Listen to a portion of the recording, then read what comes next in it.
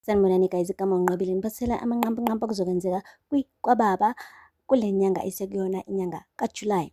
Kuveziwe ukuthi Ahumi-ke uzokhetha ukumana abaleke ekhaya emva kwalesi gamekelo sesenzakalile ukuthi ethi ubaba omdala kaZwelakhe ethi uzoletha-ke imbuzi yokuxolisa ebese kutholakala ukuthi umndeni walapha kaMkhize-ke unamabhadi. Uma uBahumi eshada khona-ke nawo uzolandelwa iwona lawo mabhadi-ke. So ubaba wakhe kubajikisile-ke abomndeni wakwaMkhize-ke okuzokwenza ukuthi-ke uBahumi afune ukuthi amane ahambe naye ekhaya kubo ngoba usehlambalazeke ngokwanele. Guys, kuphinde kwavezwa ukuthi uBahumi uzoqamba amanga futhi kubo ethi-ke kuzoba ne-trip yasemsebenzini kanti unamanga nje uyopepenyeka noZwelakhe. And lapha ekupepenyekeni kwabo-ke kuzoba kuhle kube mnandi, kodwa-ke abomndeni wakhe bazogcina betholile ukuthi kwangesiyona-ke i-business trip leyaya, kwakuyi-vacation. Akupheli-ke lapho.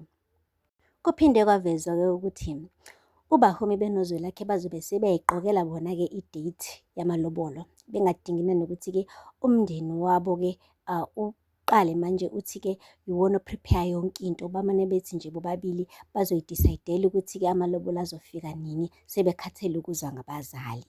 Kuzothi kusanjalo-ke guys, ebese-ke kuba khona i-accident eyenzakalayo-ke ko-driver balaphaya eMkhize Logistics, okuzobe sekwenza ukuthi-ke uZwelakhe-ke aphambanelwe yikhanda ebese ekhohlwa nanokukhohlwa ukuthi-ke kunamalobolo kumele awahambise.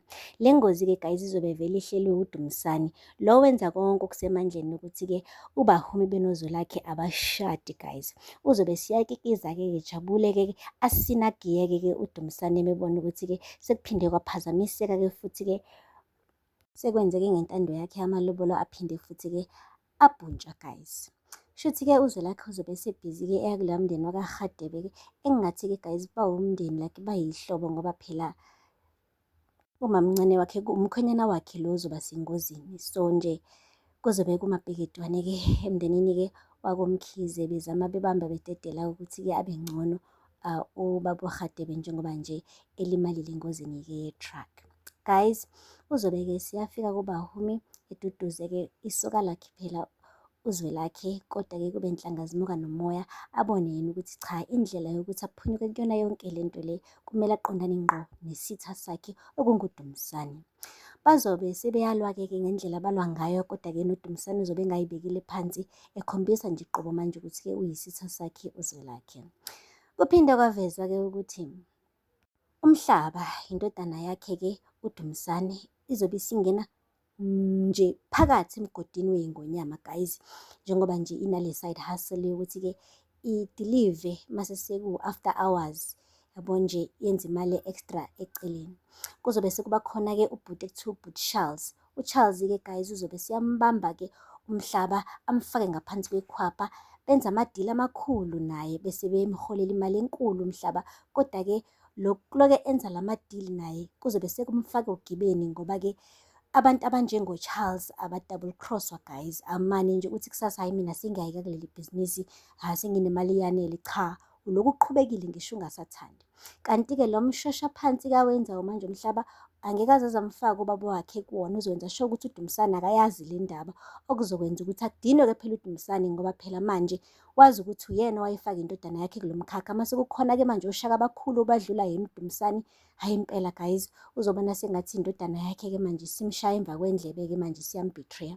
But-ke asithembe ukuthi angeke asheshe athole uDumisani ngoba mhla wathola ukuthi uMhlaba useyasebenza eceleni guys, usenomshikashika wenza yedwa engavaze amfake uyise kuwona, he guys impela uyoyikhotha imbenge yomile. Kuphinde kwavezwa-ke ukuthi uMandla uzobe sezidlisa satshanyana back empilweni kaBahumi. Siyamkhumbula-ke guys uMandla ubhuti Sithuthuthu uyena lo owayebangisa uZwelakhe waze waletha amalobolo okuqala efuna kuthiwa uyena umkhwenyana kaBahumi kunoZwelakhe. Uzophinda abuye kubhuti, kanti-ke uZwelakhe uzomkhuza ethi akadlalele kude le nentombi yakhe-ke kodwa agoloze ngoba phela usamthanda naye uBahumi. Hey guys, love triangle.